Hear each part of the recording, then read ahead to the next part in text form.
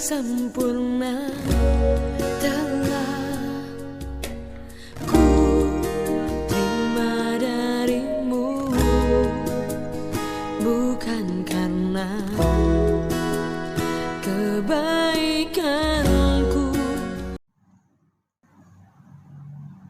Shalom, ibu-ibu yang dikasihi Tuhan, apa kabarnya?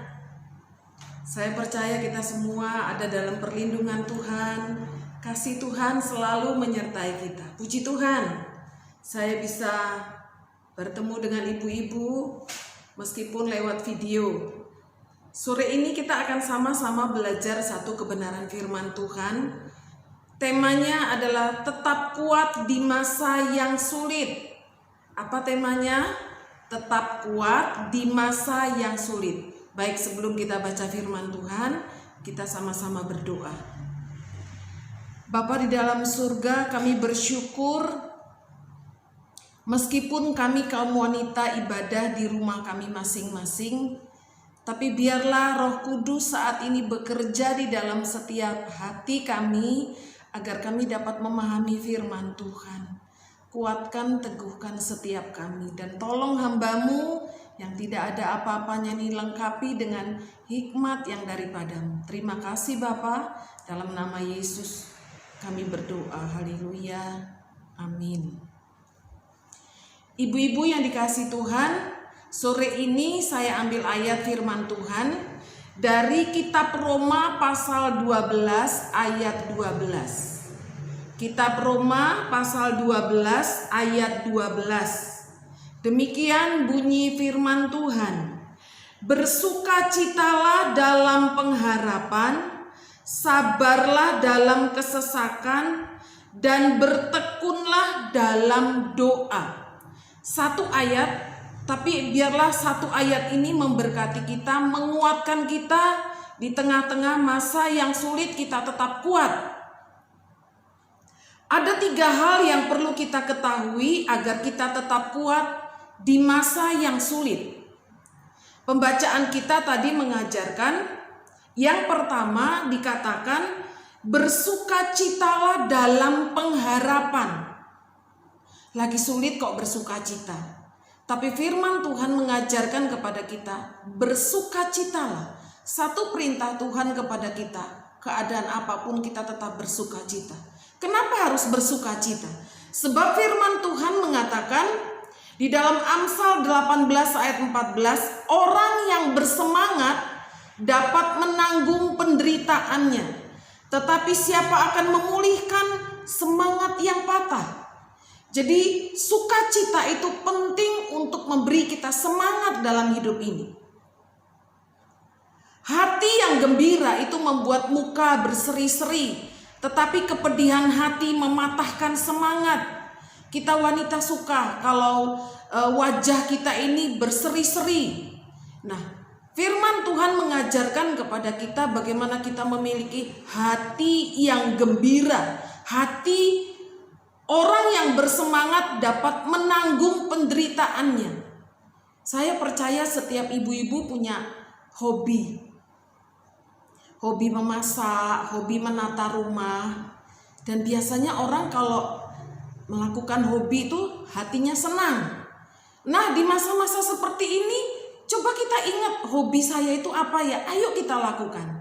Hobi saya masak.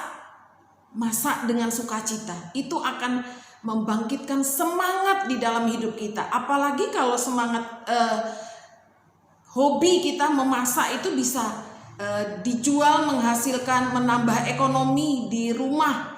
Itu lebih bermanfaat lagi. Hal yang pertama, bersukacitalah di dalam Tuhan. Betapa Tuhan senang kita menjadi anak-anaknya yang bersukacita. Bersukacita bukan hanya pada waktu kita mendapat berkat yang berkelimpahan, tapi di masa-masa sulit pun Tuhan ingin kita tetap bersukacita. Bersukacita bukan karena berkat, tapi karena kita mengingat kebaikan Tuhan. Coba kita mengingat bagaimana Tuhan pelihara keluarga kita. Tuhan masih beri kita kesehatan, itu cukup memberi kita sukacita. Bersukacitalah di dalam Tuhan. Itulah poin yang pertama. Dan poin yang kedua adalah sabar dalam kesesakan. Firman Tuhan mengajarkan kepada kita sore ini, sabarlah dalam kesesakan. Ibu-ibu masih mengingat lagu Sing Sabar Lan Mantep? Pasti semuanya masih ingat, dan kita suka lagu ini karena lagu ini menguatkan kita. Sing sabar lan mantep, tekan pungkasane. Sing sabar lan mantep, kalimat terakhir melebu kraton swarga. Tujuan hidup kita melebu kraton swarga. Kita perlu sabar dalam hidup ini, sabar dalam kesesakan. Memang tidak mudah. Setiap persoalan merupakan batu penguji yang harus dipecahkan dan dihadapi dengan penuh keberanian. Kita harus membiasakan diri melihat setiap masalah yang muncul sebagai satu hal yang wajar dan dihadapi, bukan menghindar atau melarikan diri. Kualitas kematangan mental daripada seseorang itu dibangun dari fondasi banyaknya hambatan, masalah, kelemahan, dan problem, kesulitan yang mampu diatasi. Saya percaya ibu-ibu mampu mengatasi setiap hal yang kita hadapi saat ini. Jelas dengan bekal kegigihan dan ketabahan dan usaha yang konsisten, kesuksesan yang kita peroleh pasti berkualitas dan membanggakan. Dan itu yang Tuhan inginkan. Kita bukan wanita-wanita yang cengeng, wanita-wanita yang lemah dalam menghadapi persoalan hidup ini. Tapi kita adalah wanita-wanita yang kuat, yang tangguh dalam menghadapi persoalan ini. Itu poin yang kedua. Dan poin yang ketiga. Poin yang ketiga yang kita baca dalam pembacaan kita pada siang ini adalah bertekunlah dalam doa. Semua wanita sudah dapat merasakan kuasa daripada doa. Doa adalah kebutuhan. Kalau berbicara soal kebutuhan, kita tidak bisa sehari nggak melihat nasi. Kita pasti makan karena kita butuh untuk tubuh kita yang sehat. Doa ini adalah kekuatan bagi kita sebagai wanita menghadapi tantangan hidup ini. Jadi doa itu adalah kebutuhan. Nah, apabila orang yang tidak berdoa berarti ia tidak butuh kekuatan dari Tuhan. Kalau kita sadar kita butuh kekuatan dari Tuhan, kita perlu berdoa. Kita ada jam-jam doa. Mungkin setiap hari Rabu kita tidak bisa doa kelompok di gereja, tapi saya percaya ibu-ibu tetap ingat doa. Dan hari ini hari Senin kita punya jam doa. Yang bisa berpuasa silakan berpuasa, tapi yang tidak tetap berdoa. Kita bertemu di udara di bawah kaki Tuhan dalam jam-jam doa.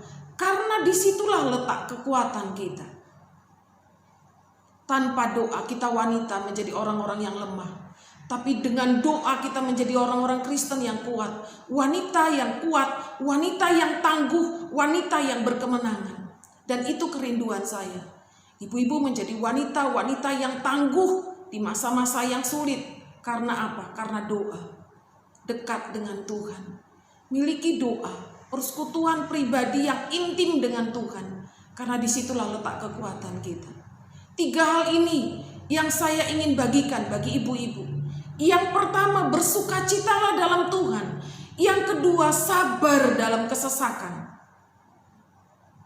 Segala sesuatu akan berakhir. Ada masa depan yang indah yang Tuhan sudah janjikan bagi kita. Hal yang ketiga, bertekunlah dalam doa. Meskipun situasi saat ini, tapi kita ambil jam-jam doa supaya kita tetap menikmati hadirat Tuhan. 3 hal ini biarlah memberkati setiap kita ibu-ibu menjadi wanita-wanita yang tetap kuat di masa yang sulit. Karena ada Tuhan yang menyertai kita. Ada Tuhan yang memberkati kita. Ada Tuhan yang berjanji kepada kita.